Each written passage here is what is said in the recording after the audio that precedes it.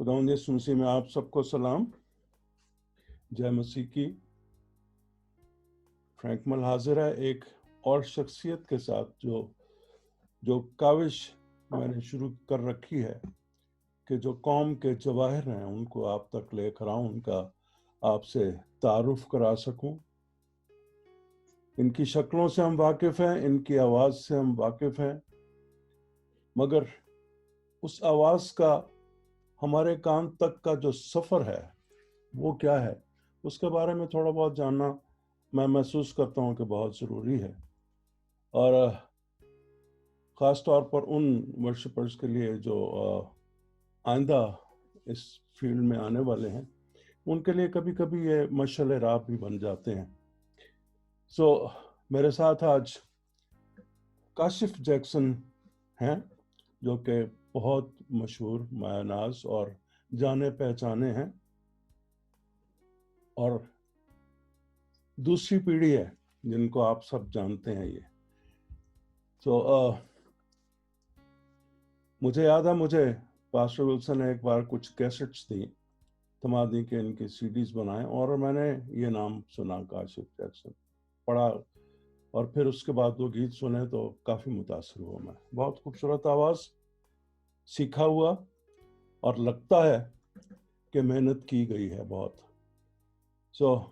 आपके साथ मैं लेकर हाजिर हूँ मिस्टर काशिफ जैक्सन। खुश आमदेद काशिफ, बड़ी खुशी हुई आज मौका मिला कि मैं आपसे गुफ्तगू कर सकूं।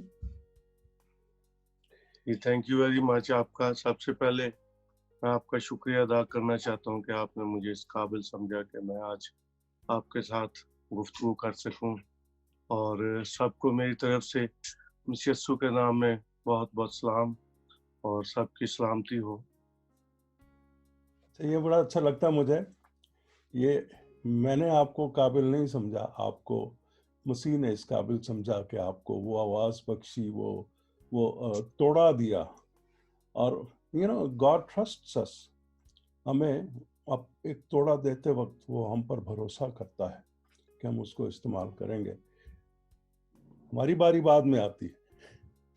खुदावन ने आपको चुना, इस्तेमाल किया, अच्छा लगा, तो आपसे गुफ्तगू करने का भी मौका मिला। एक सवाल है हमेशा से, जी जी, जहाँ तक मैं समझता हूँ आप, मेरा ख्याल है, बचपन से ही करते आए, मगर आपको कब पता चला था? क्योंकि छोटे होते हैं जब करते हैं कुछ तो पता नहीं होता कि हम क्या हैं, क्या कर सकते हैं।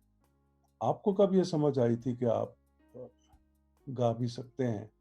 जी मैं तो ऐसे मैं समझता हूँ कि पैदाइशी ये मेरे ब्लड में था गाना, क्योंकि जैसे कि आपने बताया कि दूसरी पुश्त है।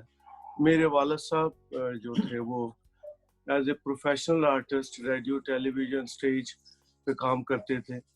तो मैं जब छोटा था, 6-7 बरस का था, तो तब मैं उनके गीत रेडियो पर टेलीविजन पर सुनता था, और वो मुझे कभी कभार अपने साथ भी ले जाते थे प्रोग्राम पे भी। तो ये डिस्कवर ऐसे हुआ कि क्योंकि घर में आना जाना था सभी म्यूजिशियंस का, कंपोजर्स का, मेरे वालिद साहब के साथ जिनका ताल्लुक था, तो वो आते थे घर पे, उनके साथ उनका रिलेशन था, वो मिलते थे। तो एक दिन हमारे घर पे एक बहुत मशहूर कंपोजर हैं सदक अली खान साहब, उस्ताद सलामत अली खान साहब के बड़े, उनके छोटे भाई। जी जी जी। तो वो उनको रेडियो के लिए एक तर्ज याद करवा रहे थे, धुन याद करवा रहे थे, अच्छा। जो उन्होंने बाद में वहां पे रिकॉर्ड करवानी थी। तो मैं भी था उधर, उस कमरे में था जहाँ पे वो बैठे हुए थे और उनको याद करवा रहे थे। तो मुझे अच्छा लगा, तो मैंने वो साथ में मैंने भी गाना गुनगुनाना शुरू कर दिया। अच्छा। तो उन्होंने एकदम हारमोनियम बंद कर दिया और उन्होंने कहा कि ये कौन गा रहा था, ये कौन। मैं चुप हो गया डर से, मैंने कहा पता नहीं क्या हो गया। तो मैं डर के मारे चुप हो गया। तो वो कहने लगे कोई ऐसी बात नहीं है, बताओ, क्योंकि मेरे कजन भी मेरे साथ थे उधर। तो वो उनको कहने लगे आप में से कौन गा रहा था। अच्छा। तो उन्होंने मेरे कजन ने कहा कि मेरे वालिद को कहा कि जी ये चाचा जी ये काशिफ गा रहा था। अच्छा। तो उन्होंने कहा कि बेटे इधर आए, मेरे पास आए। हम्म। तो उन्होंने कहा कि आप सुनाए मुझे। तो अच्छा। मुझे वो लाइन याद हो गई थी, तो मैं डरते डरते मैंने उनको सुनाया। वो बड़े खुश हुए और उन्होंने कहा कि आपका बेटा गाएगा। ये मैं आज ये कह रहा हूँ कि ये गाएगा, और ये इस उम्र में इतना सुरीला और इसकी याददाश्त इतनी अच्छी है। या। इसने एक दो दफा, एक बार सुना, दो बार सुना और इसको ये याद हो गया। तो फिर मेरे वालिद साहब वो बहुत खुश हुए, अच्छा। क्योंकि वो भी मुझे सिंगर ही बनाना चाहते थे। जाहिर है। उन्होंने उसके बाद उन्होंने फिर मुझे बाकायदा, जब वो रियाज करते थे, बैठते थे, तो फिर उन्होंने मुझे बिठाना अपने साथ, मुझे सिखाना हाँ। कि आप इस तरह से गाओ। और इस तरह से फिर मेरा जो है ये स्टार्ट हो गया। पता लग गया मेरे वालिद को कि इसमें जी। वो जी। बात है कि ये गा सकता है। जी। तब फिर मेरी ट्रेनिंग स्टार्ट हो गई वहां से। अच्छा। अच्छा। ये बड़ी खुशकिस्मती की बात होती है कि घर में सुनने को मिल जाए, क्योंकि जी ट्रेनिंग कान से शुरू होती है। यही यही जी मकसद है बहुत से लोगों तक ये बात पहुंचाने का, खास तौर पर वो जो करते हैं। वो अपने घरों में जब रियासत करते हैं तो वो एक तरह से ट्रेनिंग दे रहे होते हैं। हाथ में बाजा पकड़ाना बाद में आता है, मगर जी कान जी को ट्रेन करना सुर के लिए वो बहुत जी जरूरी है। सो वो आपका पहले से शुरू हो गया। तो अब फिर आपने गाना कब शुरू किया उसके बाद? जी। फिर वो मेरे वालिद साहब मुझे ले जाते थे प्रोग्राम्स पे। मेरे शहर में जो भी प्रोग्राम्स होते थे, उनको अक्सर ही उनको लोग बुलाते थे। तो हाँ फिर जी। वो मुझे ले जाते थे और मुझसे एक एक दो सॉन्ग वो पहले गवाते हम्म। थे। तो मेरी रिकॉर्डिंग जो थी वो 11 या 12 साल की उम्र में मैंने पहला ज़बूर, मेरे वालिद साहब एक ज़बूरों का एक वॉल्यूम बना रहे थे। उस वक्त कैसेट होती थी, आपको जी पता है। हाँ, कैसेट थी तो वो उन्होंने पहला फिर ज़बूर मुझसे गवाया, खुदाया तेरी लू तो मैं भला नस के नस किधर के जाऊं। किधर जाऊं। अच्छा। तो मैं उस वक्त मेरी खुशकिस्मती है कि वहाँ पे नुसरत फतेह अली खान साहब मौजूद थे, उनके अच्छा। छोटे भाई थे, वो लोग भी मौजूद थे, उनकी टीम मौजूद थी वहाँ पे स्टूडियो में। जी जी। तो वो चूंकि वो मेरे वालिद साहब के उस्ताद थे, साथ लिए या। तो चूंकि फैसलाबाद में थे वो, तो फिर वो तशरीफ लाए उस रिकॉर्डिंग में। मेरे वालिद साहब की उस रिकॉर्डिंग में ज़बूरों का हम एक एल्बम कर रहे थे। जी तो जी। वो भी बैठे हुए थे। तो मुझे पहली बार उन्होंने माइक पे खड़ा कर दिया। उन्होंने अच्छा। कहा कि तुम गाओ। हाँ हाँ। तो मुझे मुझे पता नहीं लगा कि मैं क्या करूं, लेकिन वो मेरे अंदर एक वो, तब कोई डर नहीं था, खौफ या नहीं था। बचपन वो में। मुझे मुझे हेडफोन लगा दिया उन्होंने, जी। लेकिन मैंने कहा कि वो मुझे सुना नहीं जा रहा। फिर एक कान से उन्होंने हेडफोन उतार दिया, वो मेरे साथ बाजा बजा रहे थे। अच्छा अच्छा। अच्छा। तो मैंने वो ज़बूर, मेरा ख्याल है कि मैंने पहली टेक में वो ज़बूर गा दिया वाह। बिल्कुल, क्योंकि मुझे वो उस वक्त कोई डर खौफ नहीं था बिल्कुल भी। जाहिर है, और जाहिर। मैंने वो इतना खुश हुए जब या। मैं रिकॉर्डिंग रूम से बाहर आया। तो खान साहब, नुसरत फतेह अली खान साहब मौजूद थे उस अच्छा। रिकॉर्डिंग बूथ में। हाँ हाँ। उनके भाई भी थे। तो अच्छा। उनके भाई नुसरत फतेह अली खान साहब के छोटे भाई फरख फतेह अली खान साहब, जी जी। वो उन्होंने भी उसमें कुछ बजाया। वो इस अच्छा। वक्त कीबोर्ड नया नया आया था, हाँ जी, हाँ जी। उन्होंने भी उसमें बजाया उस कैसेट में। अच्छा। तो अच्छा। खान साहब ने मेरे वालिद को कहा कि मैं यार बहुत खुश हुआ हूँ कि इतना छोटा सा बच्चा, हाँ और हाँ। इसको कोई खौफ नहीं है, कोई डर नहीं है, और इसने पहली टेक में ये ज़बूर जो रिकॉर्ड करवा दिया।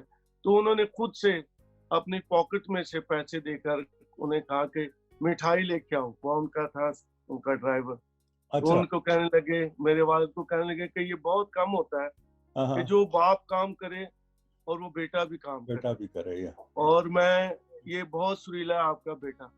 और उन्होंने भी यही कहा कि ये गाएगा। अच्छा। ये उन्होंने ये पेशन गोई की कि या। मैं तुम्हें कहता हूँ कि तुम्हारा बेटा बहुत सुरीला है और ये बहुत अच्छा गाएगा। Yeah. तो इस तरह से मेरी हौसला अफजाई होती गई। फिर इस तरह से मुझे मौका मिला। फिर मुझे रेडियो पे ऑडिशन होता था। अच्छा मेरे वालिद साहब ने 89 में फिर मैं रेडियो पे उन्होंने मुझे भेजा ऑडिशन के लिए।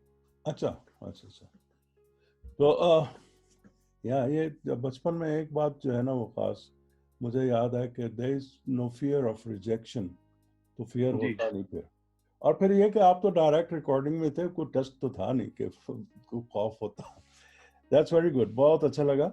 आपने कम उम्री ही में इसका मतलब गॉस्पल से ही शुरू किया, पहली पहली जी जब जी आप मेरा जी हाँ शुरू जी की बिल्कुल। थी, या दैट्स अ मेरा स्टार्ट जी मेरे वालिद साहब ने गॉस्पल से ही शुरू करवाया। जी और मुझे तभी से खुदावंद का हाथ मेरे ऊपर था। जी और एक्चुअली हमेशा से ही पेरेंट्स की ये ख्वाहिश होती है कि जो वो काम करें उनकी औलाद भी आगे वो काम आगे करे। वो करें, या तो वो बहुत खुश थे इस बात से।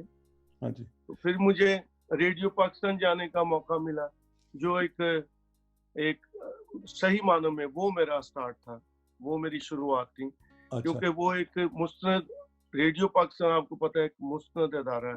या बिल्कुल और वहाँ से काम करना, वहाँ से अप्रूव होना, ये एक बहुत बड़ी बहुत बड़ी बात अचीवमेंट होती है। या ये एक छोटी, क्योंकि वो इदारा ऐसा है कि वो किसी को स्पेयर नहीं करते। या अगर टैलेंट है तो है, नहीं तो अदरवाइज आप वहां से अगर कामयाब है तो आप समझें कि आप हर जगह पे कामयाब है। कामयाब होंगे तो या मैं 89 में मैं गया उधर। उस वक्त मेरा ऑडिशन हुआ।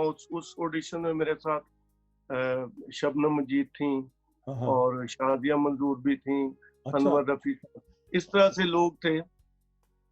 तो उसमें उस वहाँ ऑडिशन दिया मैंने। और ये है कि खुदा ने मदद की और मैं वहाँ पे अप्रूव हो गया। अच्छा मैं जब अप्रूव हुआ तो मुझे उन्होंने ए क्लास कैटेगरी मुझे मिल गई वहां से। ओ ए स्टार्ट में क्लास से शुरू किया जी मुझे हाँ हाँ मुझे शुरू से ही या खुदावंद ने मेरी मदद की। जी जी असल में मैं ये बताना चाहता हूँ कि ये सब खुदावंद की मेहरबानी से मुमकिन है। या और कौन से वहां से रेडियो फिर मुझे स्टेशन जी कौन से रेडियो स्टेशन पर थे आप?